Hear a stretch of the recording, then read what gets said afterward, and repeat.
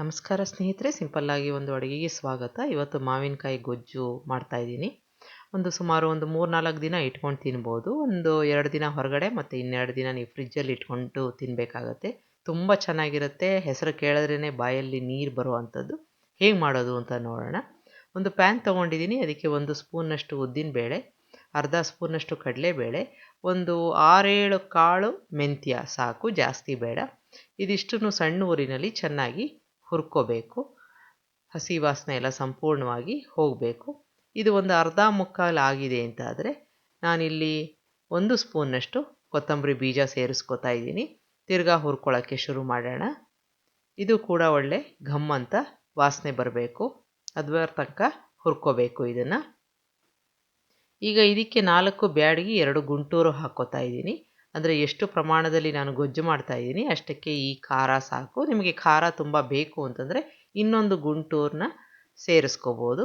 ಈಗ ಒಳ್ಳೆ ಗರ್ಗರಿ ಆಗೋ ತನಕ ಚೆನ್ನಾಗಿ ಹುರ್ಕೋತಾ ಇದ್ದೀನಿ. ಕೊನೆಯಲ್ಲಿ 1 ಸ್ಪೂನ್ನಷ್ಟು ಬಿಳಿ ಎಳ್ಳು, ನೈಲಾನಲ್ಲ, ನಾರ್ಮಲ್ಲಾಗಿ ಸಿಗತ್ತಲ್ಲ ಬಿಳಿದು, ಅದನ್ನು ಹಾಕ್ಕೊಂಡು ಹಸಿ ವಾಸನೆ ಅದು ಕೂಡ ಸಂಪೂರ್ಣವಾಗಿ ಹೋಗಬೇಕು.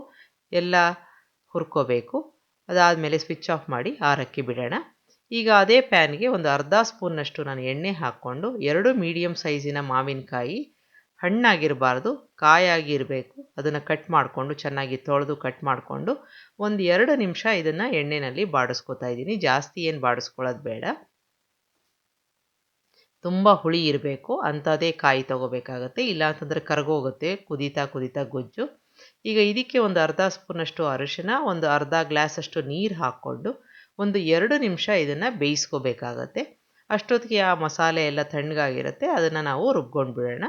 2-3 ನಿಮಿಷ ಬಿಟ್ಟರೆ ಸಾಕು. ಈಗ ನಾವು ಮಸಾಲೆ ಹುರ್ಕೊಂಡಿದ್ವಲ್ಲ ಅದನ್ನು ಮಿಕ್ಸಿ ಜಾರ್ಗೆ ಹಾಕ್ಕೊಂಡು ಅರ್ಧ ಕಪ್ನಷ್ಟು ಕಾಯಿ ತುರಿ ಹಾಕ್ಕೊಂಡು ಬೇಕಾದಷ್ಟು ನೀರನ್ನ ಹಾಕ್ಕೊಂಡು ನುಣ್ಣಿಗೆ ರುಬ್ಕೋಬೇಕಾಗತ್ತೆ. ಈಗ ನುಣ್ಣಿಗೆ ರುಬ್ಕೊಂಬಿಡೋಣ. ಆಗಿದೆ ಈಗ. ಅಷ್ಟೊತ್ತಿಗೆ ಅಲ್ಲಿ ಮಾವಿನಕಾಯಿ ಕೂಡ ಸುಮಾರಾಗಿ ಬೆಂದಿರುತ್ತೆ. ತುಂಬ ಬೇಯಿಸೋದು ಬೇಡ. ಈ ಥರ ಇಷ್ಟ ಆದರೆ ಸಾಕು. ಸ್ವಲ್ಪ ಹೋಳುಗಳು ಕಾಣಿಸ್ತಾ ಇರಬೇಕು. ಇದಕ್ಕೆ ಸುಮಾರು 3-4 ಹುಳಿ ಎಷ್ಟಿದೆ ಅದನ್ನು ನೋಡಿಕೊಂಡು ನೀವು ಬೆಲ್ಲ ಹಾಕ್ಕೋಬೇಕಾಗತ್ತೆ. ಇಲ್ಲಿ ಸುಮಾರು ನಾನು 3-4 ಸ್ಪೂನ್ ಬೆಲ್ಲ ಹಾಕ್ಕೊಂಡಿದ್ದೀನಿ. ಚೆನ್ನಾಗಿ ಮಿಕ್ಸ್ ಮಾಡಿಕೊಂಡು ರುಬ್ಕೊಂಡಿರೋ ಮಸಾಲೆ ಕೂಡ ಹಾಕ್ಕೊಂಡು ಮಿಕ್ಸ್ ಮಾಡ್ಕೋಬೇಕು. ಜಾಸ್ತಿ ನೀರು ಹಾಕೋದು ಬೇಡ. ಈಗ ಅದು ಕುದೀತಾ ಗಟ್ಟಿಯಾಗುತ್ತೆ. ಮಿಕ್ಸಿ ಜಾರ್ಗೆ 1 ಅಥವಾ 2 ಸ್ಪೂನ್ನಷ್ಟು ನೀರು ಹಾಕ್ಕೊಂಡು ಉಳಿದ ಮಸಾಲೆ ಕೂಡ ಹಾಕ್ಕೋತಾ ಇದ್ದೀನಿ.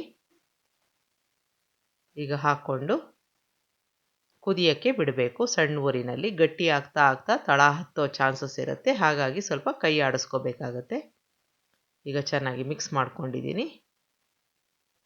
ಹುಳಿಗೆ ತಕ್ಕ ಹಾಗೆ ಖಾರ ಮತ್ತು ಸಿಹಿ ಇರಬೇಕು. ರುಚಿಗೆ ತಕ್ಕಷ್ಟು ಉಪ್ಪು ಹಾಕ್ಕೋತಾ ಇದ್ದೀನಿ. ಚೆನ್ನಾಗಿ ಮಿಕ್ಸ್ ಮಾಡ್ಕೊಳ್ಳೋಣ. ಗೊಜ್ಜುನ ಆದಷ್ಟು ಸಣ್ಣ ಊರಿನಲ್ಲಿ ಪೂರ್ತಿಯಾಗಿ ಎಣ್ಣೆ ರಿಲೀಸ್ ಆಗೋ ತನಕ ಕುದಿಸ್ಕೋಬೇಕು. ಆಗಲೇ ರುಚಿ ಹೆಚ್ಚು. ಈಗ ಮುಚ್ಚಿ ಕುದಿಯೋಕ್ಕೆ ಬಿಡೋಣ ಎಣ್ಣೆ ರಿಲೀಸ್ ಆಗೋ ತನಕ.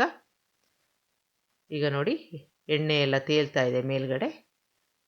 ಇದಕ್ಕೆ ನಾವು ಒಗ್ಗರಣೆ ಮಾಡ್ಕೋಬೋದು. ಈ ಥರ ಮಿಕ್ಸ್ ಮಾಡಿಕೊಂಡು ಗಟ್ಟಿ ಕೂಡ ಆಗಿದೆ ಇದು. ಈ ಹದ ಪರ್ಫೆಕ್ಟಾಗಿದೆ. ಒಗ್ಗರಣೆ ಮಾಡ್ಕೋತಾ ಇದ್ದೀನಿ. ಎಣ್ಣೆ ಹಾಕ್ಕೊಂಡಿದ್ದೀನಿ. ಅರ್ಧ ಸ್ಪೂನಷ್ಟು ಸಾಸಿವೆ, 5-6 ಎಲೆ ಕರಿಬೇವಿನ ಸೊಪ್ಪು, ಸ್ವಲ್ಪ ಹಿಂಗ್ ಹಾಕ್ಕೋತಾ ಇದ್ದೀನಿ. ಇದನ್ನು ನಾವು ಕುದೀತಾ ಇರೋ ಗೊಜ್ಜಿಗೆ ಮಿಕ್ಸ್ ಮಾಡ್ಕೋಬೇಕು. ತುಂಬ ಚೆನ್ನಾಗಿರುತ್ತೆ. ಒಂದ್ಸಲ ಮಾಡಿ ನೋಡಿ. ಅನ್ನಕ್ಕೆ, ಚಪಾತಿಗೆ ಎಲ್ಲ ತುಂಬ ಚೆನ್ನಾಗಿ ಸೂಟ್ ಆಗುತ್ತೆ. ಈಗ ಮಿಕ್ಸ್ ಮಾಡಿಕೊಂಡು ನೀವು ಸರ್ವ್ ಮಾಡ್ಬೋದು. ನೀವು ಈ ರೆಸಿಪಿನ ಸಲ ಮಾಡಿ ನಿಮ್ಮ ಅಭಿಪ್ರಾಯ ತಿಳಿಸಿ. ನಿಮಗೆ ಈ ರೆಸಿಪಿ ಇಷ್ಟ ಆದಲ್ಲಿ ಲೈಕ್ ಮಾಡಿ, ಶೇರ್ ಮಾಡಿ, ಕಮೆಂಟ್ ಮಾಡಿ. ಚಾನಲ್ಗೆ ಸಬ್ಸ್ಕ್ರೈಬ್ ಮಾಡಿ. ನಮಸ್ಕಾರ.